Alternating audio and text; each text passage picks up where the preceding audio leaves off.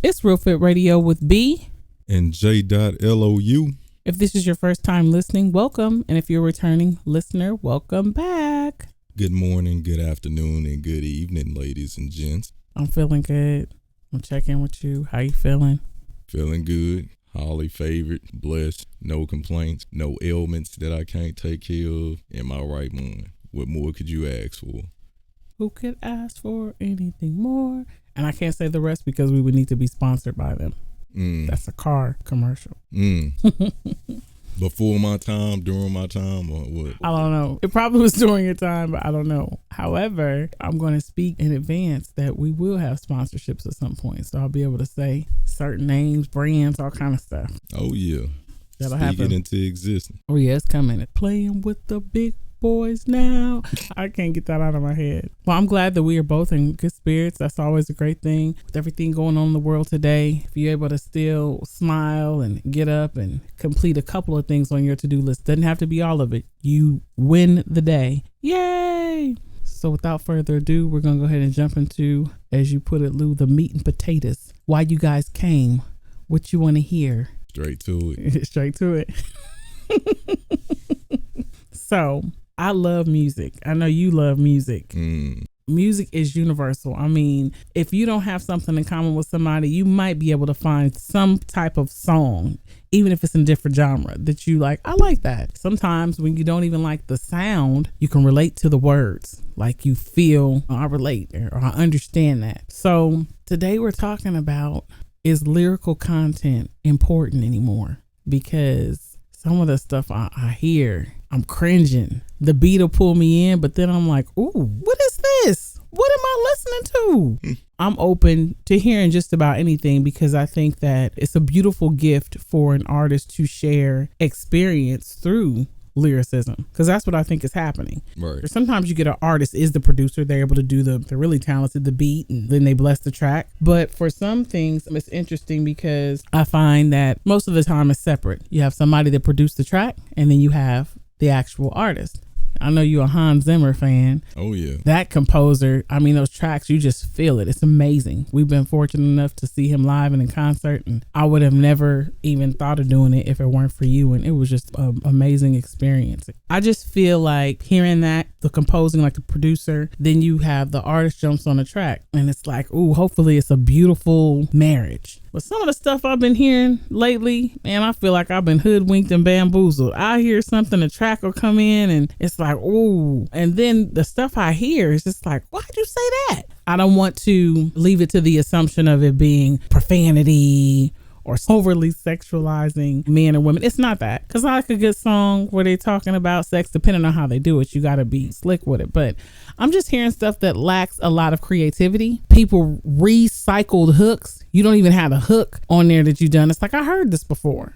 They take the beat, the hook, everything, and then you drop this garbage content on there. And after I hear music, I like to take something away from it, whether it was relatable, I learned something from it, I heard something in there that made me want to go and research. What is this? Well, I wonder what they meant when they said that. It piques my interest. It opens up areas of my mind that I might not have been open before I heard this. I like to have that experience with music, and that is through lyricism. Composer wise, the track, you just feel it. It's beautiful.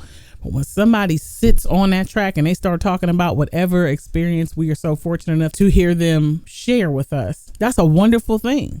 Oh, yeah. But some people, I'm like, keep that shit to yourself. I don't want to know nothing about that. And I don't want to just like go in on certain artists, but some stuff is just like, what is this? Even with the kids, you know, we hear our parents say stuff and then their parents say stuff, and I'm a parent now, so it's like, is it that I'm getting old? But I don't even think it's that. It's not even relatable. Or what it is there's no growth there.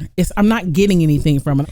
As soon as it starts and ends, it's like if you twerk into it or you tapping your feet, but it's no takeaway. I'm used to hearing music where there's a takeaway from it, whether it's like, dang, I related to that. They loved and lost too, or that's what it's like when you feeling like you misunderstood. good, or that's what it's like when you're grinding, or that's, oh, I could do that, and I didn't think about going out there and really moving in that type of motivation, or however it is. There's no takeaway. It's nothing. So is it the lyrical content is not important anymore? Am I the only person that's feeling this way? So that's what we're talking about today, because I'm just so blah. You always are my go-to. You always introduce me to new stuff, and so I've been just fortunate you have a love for it in that capacity, because I hear something and play the hell out of it. You know I will. I'll just play it and play it and play it, and then you'll say, oh, well, you know, B, if you like that artist, you probably like this, or check this out, or I made a playlist, I'm gonna share it with you. And it's like, oh, I like that, and so I have more music. But yeah, lyrical content, what's going on? What's your thoughts on that? How are you feeling about this whole thing? So I'll just tackle each thing that you said in portions. So is lyrical content still important to the listener? In my opinion, I believe it still is. I just feel like the songs that are being pushed to the masses are the ones that's not really lyrically inclined. It's just more about what makes the money. But there are people out there that is yearning for the lyrical content, or in some cases, maybe the people that are listening to the stuff that don't have the lyrical content in it, they don't even know that exists. And by the time they're introduced to it, they don't really like it because they're already programmed to the stuff that they've been listening to all this time that just lack tact and cool. I'm not opposed to any of the vulgarity when it comes to sex or hustling, grinding, whatever your thing is, but I am a lyrical guy. I like to wrap those things up in different ways, analogies, similes, metaphors, things that you will know that I'm talking about that stuff, but it's just wrapped differently. I don't want to just come straight out and say, yeah, I'm hitting it from the back. Like, that ain't my style, and it never really has been. But I would say this, that the argument that most people will probably come and try to combat us with is, well, you saying that because you older or whatnot, but I heard the music that y'all listened to when y'all was young and y'all had the same thing. Case in point, when Jay sent us that song from 1935. I ain't gonna repeat what that woman said, but both of them were tasteful. I mean, I'm sorry, both of them were tasteless. It was horrible. Yeah, no. So I wouldn't have liked it in 1935 or 2020. Yeah, I feel you. Shoot. I feel you, and it threw me for a loop. But even with that, you do have some of those that kind of squeak through the pipeline like that. But I will say every artist or every young person has their decade or their time when they're young and they're listening to this content, and the parents will hear it, or the older person will hear it. That's not necessarily a parent, but they're here like, man, what is this shit y'all listening to? Now this right here, this was real music. Now, we're not the ones that's saying that, but what I will say is every generation has that music where somebody that's older say, what is this shit y'all listening to? So I give you that. But at some point, as you get older, the things that you're thinking about at 20 years old, when you may be listening to Luke talking about I ain't gonna even say. No, you can say it, because I just made up in my mind, in order for us to have a really good discussion here, we're gonna have to click that explicit content button, because we can't talk around it and not give an example. But Luke, he's saying pop that pussy, pop that. I love Doo-Doo Brown when it came out. I was in college and it was like, oh, you know. I told you I was listening to somebody that was talking about that today, saying even he wasn't as vulgar as the shit we listening to today. Well, you're right, but still, somebody may say that the pussy is a bit much. Yeah, you know, it is. He could have said pop that thing. I'm just making something up. Pop the mystery box. I don't know, but certain stuff don't make sense, because we knew what he was talking about, and it was still a takeaway. You knew, like, that's the dance. That's it right there. You knew it was a dance. I want to rock. I want to rock. I listen to stuff. My example is Nicki Minaj, when I first heard one of her songs, because it was a lot. It was a lot of sex, and I was like, okay, I came up with Little Kim. Yeah. So I'm like, I understand that. I'm not gonna knock her. Trina was doing her thing. Foxy, a little just sexy stuff. Kai, they all had their different way of bringing the sexual lyrics or whatever. But even when you tell me a lyric, like, I can never get this out of my head. I can't remember what song it was, but yes, when Nicki said that, I'm gonna put my pussy on your sideburns. I kept thinking, now I'm just being honest, if I take away something, it's like, oh, okay. If I was listening to that and knew nothing about sex, and I got a chance to, like, ooh, I'm listening to Nicki, why would I want to put my vagina on his sideburns? What type of sexual gratification am I getting from that? And I might just be thinking too deeply, but that's why people out here doing stupid stuff. Yeah. I think that when you have good lyrical content, the takeaway is something that you actually can implement, can store in your bank to assess later, like wisdom, an aha moment, like, oh, if it is, that's selling drugs. He did some time for that. Oh, you could go to jail if you do that. Whatever it is, from Biggie to Tupac is storytelling. Because Tupac, he's had some crazy lyrics, but still the lyric in itself, I took away stuff from it. I understood what he was talking about, whether it was women, if he was derogatory, because that's a whole nother topic. We're not talking about derogatory lyrics because that's still a person's form of expression. About lyrical substance. Yeah. Like, So what do you take away from the bar that you just heard? Right. So if he said, and it may not be somebody's cup of tea, but if his line was, bitch, I want to whatever, in that, somebody could say, oh, that was vulgar. But you know, oh man, he was mad. He was not respecting whoever he was referencing because he called her out her name, and he went on to say this was gonna happen. Ooh, he wasn't feeling that. That's definitely not somebody that he's trying to have as his wife or he respects. You still know, you would have learned then, like, ooh, the word bitch with that type of aggression. Oh, if I say it like that, those fighting words, you know, I'm hot about that. It's something. I'm confused sometimes when I hear this stuff. It's like, what's happening here? Did I just listen to porn on a track? Like, I heard a whole porn track. We can get away from the sexual stuff. It's like, is he just gonna say that word over and over again? Yeah, it's really getting to a point where the beat is kind of superseding what everybody is saying according to the masses. But the thing I was trying to get to also is with these artists that's putting out these songs, and that's the thing when Drake did hit him with the line, we'll see who's around a decade from now. Because as you get older... You said Drake. Yeah, right, Drake. okay. Yeah, as you get older, you should grow as an artist. You've seen different things. You experience different things. Like, even for myself, I had some party songs. I said on one of my songs, I said women bidding on dick like it was in an auction. So I've done the same thing. I'm not here to be critical of anybody that's putting that out, but my point is, as you get older as an artist and you start putting out your music, if you still putting out that same type of content, it start to hit different. It's like you getting older, and the people that's listening to your music, guess what? They getting older too. Like, it's certain artists, I try to listen to what I used to listen to when I was younger, and I can't even listen to it long enough because as you grow, you know what I'm saying, it doesn't hit the same way. It doesn't mean that that song wasn't good for its time. It just means that you might want to evolve as a person if you're going to stay in the game to do the lyrical content or to deliver something that's going to be timeless.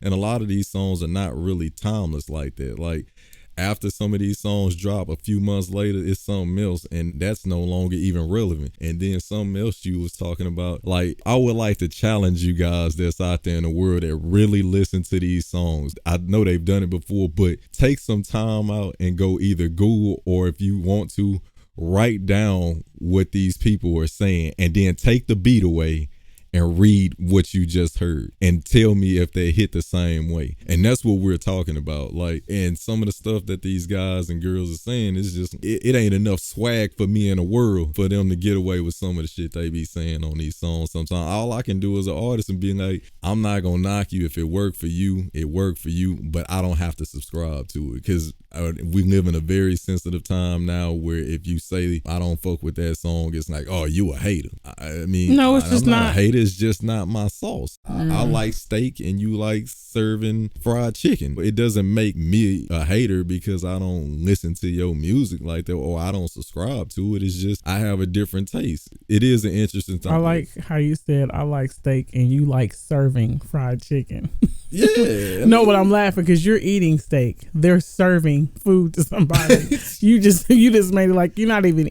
I'm eating on this level. You're a servant. That's a get, but exactly. That's what I was like. Your mind is already set up in a like I'm eating steak. You serving chicken. Oh, bars. Well, no, I feel like too that it really allows you to see the limited experience or growth or how they stretch their minds, because I would feel some type of way if it's an artist that I listen to consistently, and here we are in year 8 of me listening to you, and you still talking about the same stuff you were talking about when I first heard you. But I also think it's about taking pride in your work, and I'm not saying that because the way someone chooses to deliver something, that's not taking pride in it. But you and I have both been privy to interviews, sharing articles that we read where some artists have outright said, I don't care, I'm just getting this money. You know what I mean? I don't care. I'm gonna put this music out, I'm gonna get this money. And it's like, these are your lyrics. So literally, you know, I call them toilet raps. Yeah. If they sitting there and it's like dump, dump, dump, dump, bitch, die, bitch, dump, dump, dump. Ooh, put a hot beat behind it. They gig into it and it's like, what is that? Die, dump, dump, dump. What? I don't know. It should just sounded good. I don't know. I took a shot and that's the first thing that came. So that's what you giving me for my money? When I assist you to grow as an artist with a stream or whatever it is, the exchange isn't fair. I think that when you exchange money or I give you time, there's an exchange to happen where it's like, I'm giving you time, but I'm about to listen to something that, even if it is vulgar, because it's not what I'm really leaning towards, it's still an expression of something that you can tell me that was my experience, not shit, I'm just getting this money. Even Tank, because Tank be having some saucy, he get grimy, but I like it. And you can tell that Tank is being very sensual and it's some grown-up music. If a person or a kid did listen to that, you would be like, how'd you even listen to Tank? Why are you even over there? That would even funnel into their playlist. How? There's no reason to be there. You know, if you put that on, the type of mood you're setting, it's still a takeaway. I appreciate that Tank gives me these raunchy, saucy songs because it's like, it sets the mood for whatever. Whether you spending time with your partner, your boyfriend, girlfriend, your husband, whatever, you know what you're going to get. I hear a beat and the lyrics kick in. I'm like, what is this? The latest one, the song WAP. I don't know. That little thing in the back. No, it's like porn. I grew up on Lil' Kim. The way Lil' Kim raps and the way some of these other rappers now, if I was a guy, the way that they talk about how they gonna run you off for your money, treat you like you stupid, get this wet ass pussy, you gonna pay for my bill. I'd be like, who are you? You're not gonna talk to me like that. It just sounds so hard. And I haven't heard it yet. Maybe I should be looking, but I kind of think it'd be double standard with this. Email me, put me up on somebody, because I know somebody's done it, but I wouldn't be listening to it if a dude was talking about, I'm a runner for the check, she gonna pay my bill, she a single mom, fuck them kids. What? It's jaw dropping. Oh my goodness. What did she just say? It's to a point where there's no takeaway and it's tasteless. On that same bar, I was looking at Facebook today and one of my college peers was saying he hit that same exact bar you was talking about. You gonna pay my bills and all that shit from WAP. And he was saying, oh guys, when you see what we got to look forward to in the future now, like he started shaking his head and he put the laughing my ass off emoji. But because whoever's listening to that, and remember I said takeaway. Yeah. If some female was listening to that, and mind you, I'm not even clowning, but they not even on the level of Cardi B and Meg Thee Stallion. Just some regular girl. And it's funny, the people you see singing this stuff sometimes, you be like, you could never. You're not even bad like that. You don't even look good like that. Right. But they singing them lyrics though. I'm gonna treat like he looks stupid. But I think the song gets them so pumped, they ready to talk reckless to whoever. if you come up and be like, can I buy you a drink? Yeah, bitch, buy one for me and my friends. It's like, what? I know what she was listening to. Yeah. That's not cool. It's not, because if that was reversed, it'd be nuts for one. But just imagine that. I just feel like I'm getting duped. The exchange ain't the same. It's not the same for me anymore. And it's not, I agree, but the thing is, it's all geared towards the money. And for the most part, I feel like if there was no lane for this to where it would accumulate the money that is being passed around through these record labels, then I don't even want to go into my conspiracy bag with this shit. But as long as they're making the money that they're making from this, they don't care what lyrical expression is being put out. They don't care what type of damage is putting out, because it's so funny how they'll say rap music is what got our kids acting this way, but y'all ass making all this money off of it and you keep putting it out. Yeah. So I ain't trying to hear all that, but it's like I said, going back to my point is, as long as they're making income from it, they're gonna do it. And then as long as the up and coming aspiring artists see that that's a blueprint to get in the door very quickly, they're gonna do it too. Unless they have something that they stand on, some moral ground or integrity, they gonna jump right on board with that shit, and they gonna make them a toilet bowl song, and they gonna get out there, and they don't care about how long it lasts. They just want that quick check, and it's like, well, Who was that? Hell, I think it was even Cardi. Cardi said, I'm gonna ride this wave till it fall off. Like, so, and I'm gonna just be candid. I think it's really disrespectful. I'm talking about whoever is trying to get in this just to secure a bag, because it's a lot of people that feel like they are artists and they respect the craft or whatnot. I'm not saying none of the people that we brought up thus far don't respect the craft, but it's a formula that people are seeing and they think it's a get rich quick scheme. And what it does, it dilutes the artistry. Like for me, when people ask me what I do, I tell people I'm a songwriter. I don't even want to be known as a rapper. I tell them I'm a songwriter or an artist because I paint pictures with my words. I give you something to see when you close your eyes. And when you or say when you rap, listening. Yeah, or when you listening. So that's what I mean. Yeah, when you close your eyes, you listening, or you just vibing out, you can see like a story of what I'm talking about. And when you be like, yeah, or I'm an artist, and you say what genre, and you be like, I'm in hip hop. It's like I'm in hip hop. Like you don't even want to say or rap. You don't even want to say it with no conviction because they just running around saying, oh my God, another rapper. But in this content, it's referred to as none of us really have any skill set. It's just rap is not what it used to be when your boy KRS-One and Eric B. And Rakim. I said Rakim. Even with their stuff, they had stories and talking about different things or power to the people. And then it evolved to like Jay-Z, where he found a hole in it where he was like, yeah, I hear the power to the people and I hear the party music, but I don't hear nobody talking about the hustlers, the grinders and stuff. So you have these evolving mechanisms that come with the music. And then the down south, like even when you was talking about Uncle Luke and all them, like that was their culture. And now that culture is just everywhere. Like I think I was reading an article or something where they were saying you used to can tell the difference in music. Like when you put this music on, oh yeah, shit, they from the East Coast.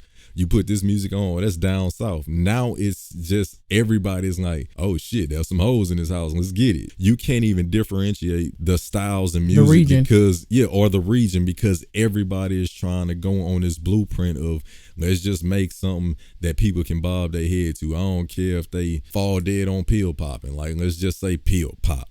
Pill pop, pill pop, and put a dope ass beat behind it, and the young people gonna subscribe to it, no matter what. Because if you mix that with a dope visual, it's a rap, because they gonna equate the song to the lifestyle, and then the lyrical content. You can't help but want to do some of the stuff that you see because you think that that's bringing some kind of notoriety, or you gonna look like a quote unquote cool kids. But it is an interesting thing. The only thing I would like would be to just allow people to have an opportunity to surf different types of music, because I just feel like the way that music is being projected in the world, even in R&B, no matter what genre it is, they're only pushing the songs that are mainstream, and that's probably not their job. I understand business is business, but at the same time, it's just one skewed side. There's no way for people to really know that it's another type of hip-hop that exists, or R&B that exists, that has the same type of sexuality that you getting from these songs. It's just more tasteful, and they don't know that it exists. And then people really honestly are too lazy to go search for themselves. You're not lazy, but even for you, you don't really look for new music just because you so burnt out on the shit that you hear. You don't even feel like that it's nothing worth going to search. But me being an artist, I'm always searching for new artists or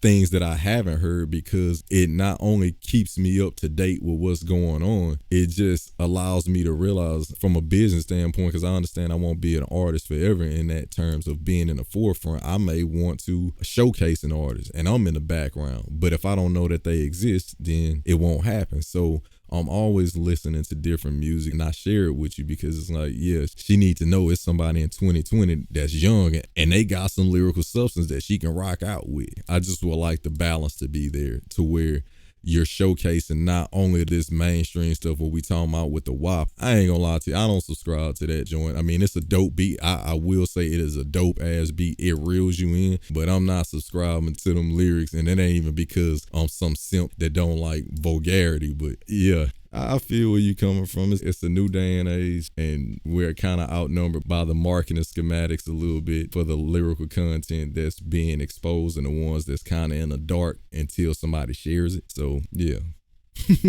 Yeah, you look burnt out. Like even no, for me, I was just listening. No, it, I was just listening to you. This is just so disheartening. No, I was just listening to you. You referenced or you mentioned, or you were talking. You said it's like disrespectful almost to come in and just think you can do it. You could just make this bubblegum track. Like we're real artists here. We have a passion for this, and so you take it as a sign of disrespect because, as the saying goes, if it was easy, everybody would be doing it, and it looks like easy. Everybody's doing it. Yeah, you're right. So you take it personal because you're passionate about it, and most of the time when you're passionate about something, you'll continue to do it. But also in that, it should push you to stretch yourself and kind of push the bar a little bit more. Personally, not that you weren't already, and I'm saying that to any artist, because your lyrics are a mark. That is your legacy. And I don't think that people maybe look that deep into it, but maybe when Cardi is older, she might not want to hear her daughter come get this wet ass pussy. She may not want to. I'm sorry for laughing. No, I'm saying she may not want. I mean, it's a part of her discography. It's a part of